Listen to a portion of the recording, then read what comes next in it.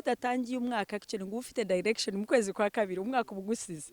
So niyo mpamvu rero iri shuri ryitwa ngiye gutangira ishuri ry'indimi ryitwa Destiny Connectors Language School.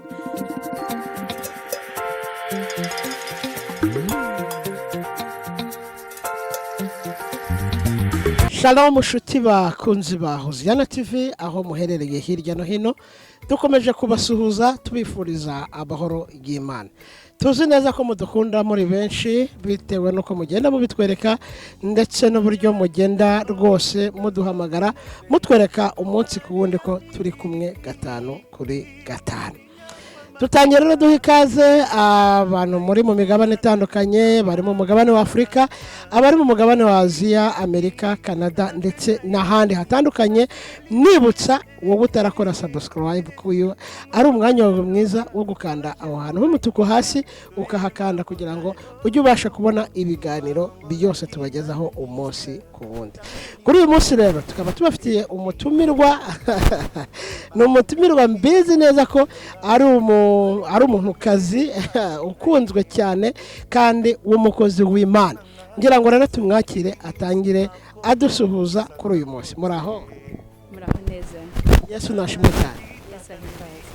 Nukuri ndishimye bidasanzwe ko twinge tugahura muri 2020. Imana himbazwe cyane. Umwaka wa 2020 mwawutangiye muri? Umwaka wa 2020 twawutangiye with great excitement, tunezerewe kuko twinjiye mu kinyecumi niko babyita a new decade. So turitegura ibishyashya, turitegura Imana gukora bishya, turitegura gusiga ibiri inyuma tugasingira ibiri imbere kandi byiza. We are so much excited. Umuntu wenda kurebye wenda abari hari abo barakubona kuri kamera, ariko nkanjye ukureba turi kumwe live ndabibona ko ufite ubwiza bw'Imana, amavuta y'Imana bigaragara ko cyane. Ndishimye kandi nishimiye kubana na Hoziyana TV. Tugarutse wenda gatoya ku ntego nyamukuru yatumye tubahamagara kugira ngo tubashe kuba twaganira. Hari abantu benshi bazi uko cyangwa se bavuga ko umukozi w'Imana nkamwe cyangwa se umupasiteri adakwiriye gukora indi mirimo, ariko abandi bakavuga yuko nyamara atari ukuri, ahubwo umuntu kuba yahabwa impano zo gukorera Imana akwiriye no kugira ibindi bintu yakora byamufasha mu buzima busanzwe, bizana iterambere rya sosiyete y'abantu bava mu bihugu bitandukanye, different countries. So, and also I operate in a kingship, which I feel I want to give back to the community in a proper way, not just spiritually. I can feed people maho twari turi. So Imana rero ambwiye to go that way. Numva birakomeye, ariko hajemo ibyindi bintu mba ndanezerewe. So ndabyuka mu gitondo with excitement ko nabonye n'izina ntangira kwandika languages. Nandika language, nanditse languages is a straight. English, French, Portuguese, Chinese, Mandarin and Swahili. Numva mbirahagaze nongera ndareba mbona ni a language which really are needed, like it's almost main languages uzizi you can be effective in the world. Icyongereza kabisubire mu Kinyarwanda, Icyongereza, Igifaransa, Igiportugais, Chinese which is Mandarin, hamwe n'Igiswahili. Sanga muri Afrika soon before 2015 Igiswahili kizaba gikoreshwa muri Afrika hose, barimo barashaka kucyadobutinga mu mashuri. Use Igifaransa, indimi nyinshi cyane, ibihugu byinshi bakeneye Igifaransa. Use Icyongereza, you can be limited anywhere in the world. Hanyuma niba uzi n'Igiportuguese nacyo kirakora mu ndimi, not Africa alone, even globally irakora intuza Portuguese. French is also the same thing. So I found it's really something very interesting.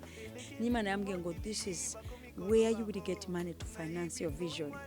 Nibuka imyaka myinshi cyane ndi mutoya cyane, I think I was 2021 niho nari Burundi, Imana ivugana nanjye nyereka nimo mvugana n'abagore globally, mvugana n'abagore bavuye Afrika yose no mu bihugu bya all colors, mbabwira ukuntu dushobora gukomeza kuba successful in our business, in our careers, in our ministry.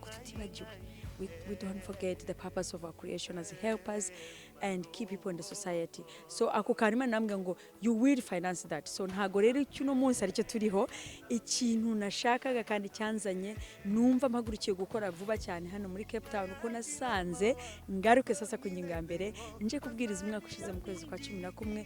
I came here and I met different churches, izo nari ndimo n'umurimo twari tuje mutandukanye, mbona abantu benshi baracyakoresha ururimi rwacu rwo mu Rwanda, i Burundi, abakongomani bose baracyakoresha indimi zabo cyane, especially no mu matorero. Numva naba I can become a help, a battle bridge kugira ngo bige n'ururimi za hano.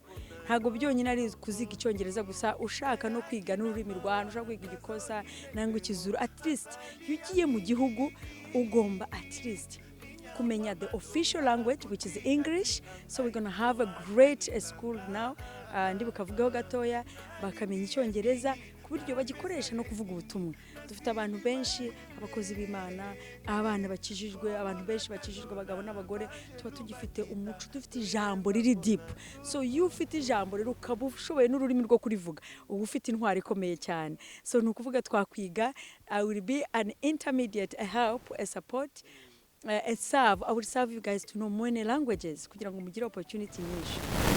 Wize icyongereza ushobora gukora aho ushaka, ushobora kuvugana n'uwo ushaka, noneho extra ufite urundi rurimi nk'ikizuru nanga igikosa nanga izindi ndimi za hano, ubu ushoboye kujya muri society kandi ukaba established ukagera ku byo ushaka. So akaba ariho rero wenda nyemereye nkomeze. Mbere yuko ugera aho ngaho, umuntu ushobora gukurikira iki kiganiro ashobora kwibaza ibibazo bibiri bikurikira. Icya mbere, ko numva ibi bintu bivugwa ari byiza kandi ko nari mbitegereje tangira ryari.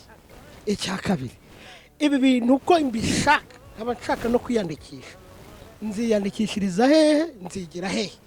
Ndagira ngo rero subiza baba. Okay, urakoze cyane, Imana iguhe umugisha mwinshi, niho naringiye kujya. So rero nkaba uyu mwaka tudatinze cyane kuko yutangiranye n'umwaka, actually bihe birihuta, turi mu bihe we are in a digital time kandi we are in 21st century, so ibintu byose birihuta. Yudatangiye umwaka actually ngo ufite direction mu kwezi kwa kabiri umwaka ubugusize. So niyo mpamvu rero iri shuri ryitwa, ngiye gutangira ishuri ry'indimi ryitwa Destiny Connectors Language School. So language school rizaba rikubiyemo izo ndimi navuze, icyongereza, so twigisha icyongereza, igifaransa, igiportuguese, igiswahili, Arabic, Mandarin, hama n'izindi na extra n'ikinyarwanda. Kuba aka kandi ushaka kuvuga ababyeyi barahanga mu mazi igihe kinini cyane, including my children, ntibakimenye neza ururimi rwanjye. Actually barimo ari abanyeshuri nabo abamaze mwumva mugishaka kugomeza kumenya umuco wanyu, ushaka kwiga ikinyarwanda, tuzaba dufite na classes z'ikinyarwanda kandi weze ako kantu ndagakunze cyane. Hari ukuntu usanga abana bavukira mu mahanga ariko ntibamenye ururimi rw'igihugu cyabo, ukibaza ngo nibasubira mu gihugu bazaganira gute na ba nyogokuru na ba sogokuru. Icyo kintu ndagikunda. Oya, tuzabikora, nta nubwo tuzakora ibyo gusa, tuzabigisha n'umuco kuko nize umuco kandi tuzabigisha umuco. So rero ishuri rizatangira itariki 10 z'ukwa kabiri, the 10th of February. Bizaba nibwo ishuri rizatangira, ariko tukazakora orientation itariki 8. Itariki 8 bizaba ari kuwa gatandatu, tuzakora orientation kugira abatureba abantu bajya mu levels. Ishuri rizaba rifite 3 levels, so dufite beginners, abatangira rwose bakiga no kuvuga ngo good morning, hanyuma tukaba bifite beginners, tukagira intermediate, tukagira na advanced. Hanyuma rero ubwo umunsi tuzakora ku gatandatu wa orientation tuzakoramo na small test, testing level twagushiraho. So rero tariki 8 muzifate ko abashaka rwose bari very interested bashaka kuza kujoining ishuri, nimuzabura tariki 8 z'ukwa kabiri, hama tariki 10 z'ukwa mbere zadukora registration. Ishuri zaba ritangiye rwose, ariko ubwo registration yo iratangiye iriho. Hama rero aha niho mwatubona kuri iyi nomero, abifuza rwose kujya ku ishuri muzaduhamagare kuri iyi nomero 083 591 770 083 591 7730 083 591-7730.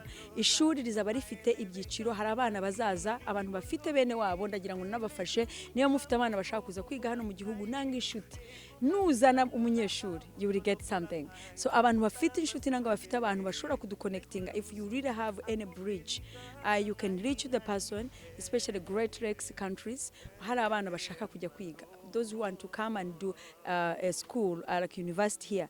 So tuzafite full time classes from Monday to Thursday, from 8 o'clock to 1 o'clock, 5 hours from Monday to Thursday. Tukaba dufite noneho abashaka kwiga part time bakora, bashaka kwiga iminsi 3 mu cyumweru, which is Monday, Wednesday and Friday.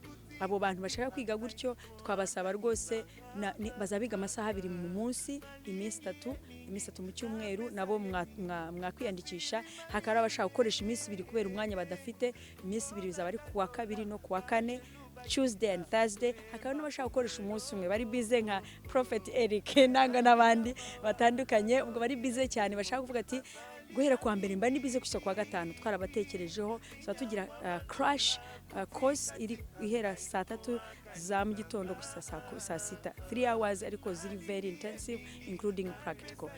Ishuri rizajya ritanga professional certificate, globally certificate rwose yemewe internationally, ni ishuri riri registered kandi turi kuri board ya languages. So aho wakwiga ururimi rwose wakwiga warukoresha mu gihugu cyose. Ushaka kwiga kugira ngo ushobore gucommunicatinga no gukora business, amezi 3 uzagushobora kwandika no gusoma no gucommunicating. Ariko umuntu ushaka gukoresha ururimi professional, maybe in your career you want to do a career and you want to do some work, you can do 6 months. Abashaka kujya ku ishuri you can do 6 months and professionally uzavuga neza, you are able to communicate and do your work. Thank you. Hanyuma ndagira ngo mutwibutse address y'ahantu biza icyo gikorwa kizabera, aho ishuri, donc ahantu abanyeshuri bagiye kuzajya baza kwiga ni hehe? So much. Thank you so much. Okay, address ni ahantu horoshye cyane, ni umuhanda hano Cape Town uzwi cyane witwa Votrack Road. So we'll be on number 245 Votrack Road, in the building 245 Votrack Road, corner Norfolk Street, corner Norfolk Street. Mumbabarire turi muri African nimivuga neza, so as a Votrack 245 Votrack Road, corner Norfolk Street, hano muri Cape Town. And then this is my motto: your destiny is my concern. So your destiny is our concern. We take care of you and we have excellent service. It will be a professional school and excellent. So for more information, please remember, contact on this number 083-591-7730. Yeah. Hanyuma umuntu akeneye kwiga online wenda bari cyo dusorezaho, hari uburyo bwateguwe bwo buryo umuntu ashobora kuba atari muri South Africa kandi akaba yumva akeneye kwiga gukurikira ayo masomo, hari uburyo bwateguwe? Okay, thank you so much. Yeah, kabisa ubwo buryo burateguwe kandi abazaba bifuza kwiga mu kwezi kwa 3 ibintu byose bizabiri ku murongo, n'abarimu bazaba kwigisha online.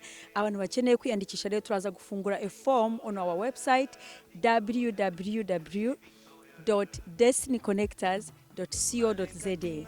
na mukatwohereza email on info@destinyconnectors.co.za. So utwohereje rero very interested to learn online, we are going to open the form on our website hanyuma mu kwezi kwa 3 amashuri ashobora gutangira.